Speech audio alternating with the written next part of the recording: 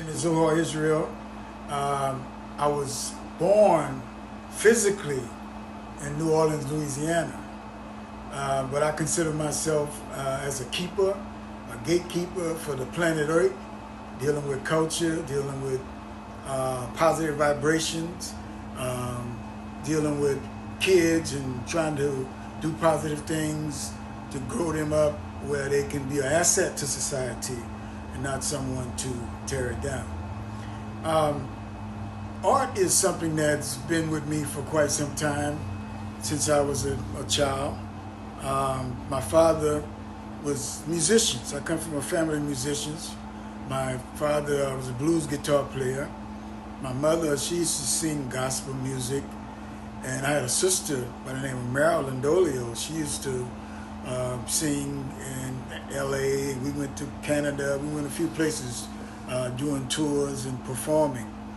And I started off as a guitar player, but guitar was kind of complicated. I have my family, my grandfather, Joe Lee. I got my great aunts. I have an uncle you may know. His name is Johnny Lee Hooker. Really his name wasn't Hooker, his name was Johnny Lee. And he was a famous blues guitar player. He used to travel all over the world, played with some well-known people, Rolling Stones, and a lot of people like that he performed with. But with me, I thought the drum was my calling. So at an early age, I started playing the drum, because the drum, it was something that was very wonderful, and it gave you an opportunity to express your emotions and your spiritual feelings. This is it. This is the drum. To play the drum, the djembe, you have 3 different sounds that we work with. The first sound is the bass. The drum is worn around your body, so the sound can be heard. When you're sitting, you have to tilt the drum so the sound can be heard. The next sound is a tone. The middle of your hand go across the rim. And the next sound is a slap. 3 sounds: bass, tone, slap. Now if you want to create a rhythm from that, just 2 sounds would be the bass and the tone.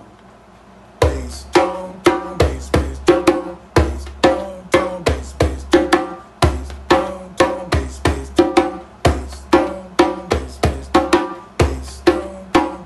Now if you want to add slaps, then you have to create a rhythm that has slaps.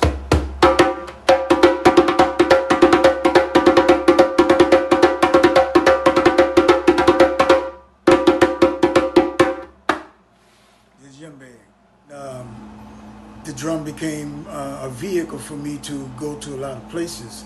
I've basically been most parts of the world with the drum.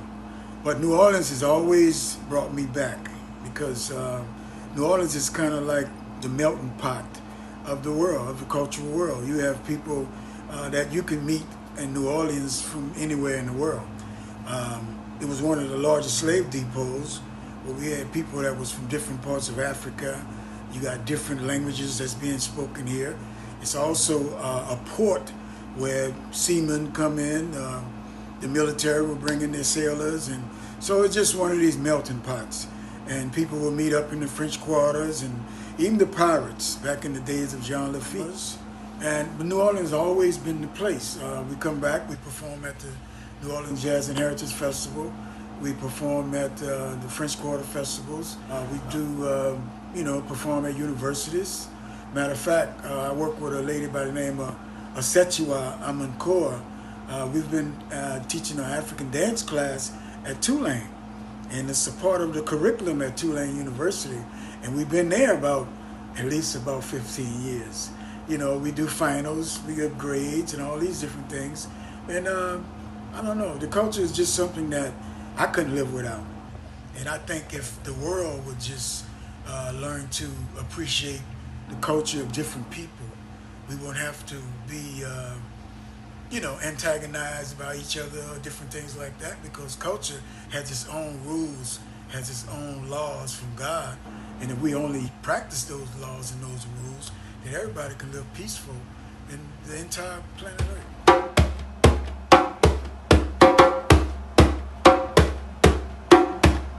You go to New Orleans, you ought to go see Mardi Gras. When you go to New Orleans, you ought to go see the Mardi Gras. When you get down there, somebody tell you it's carnival time.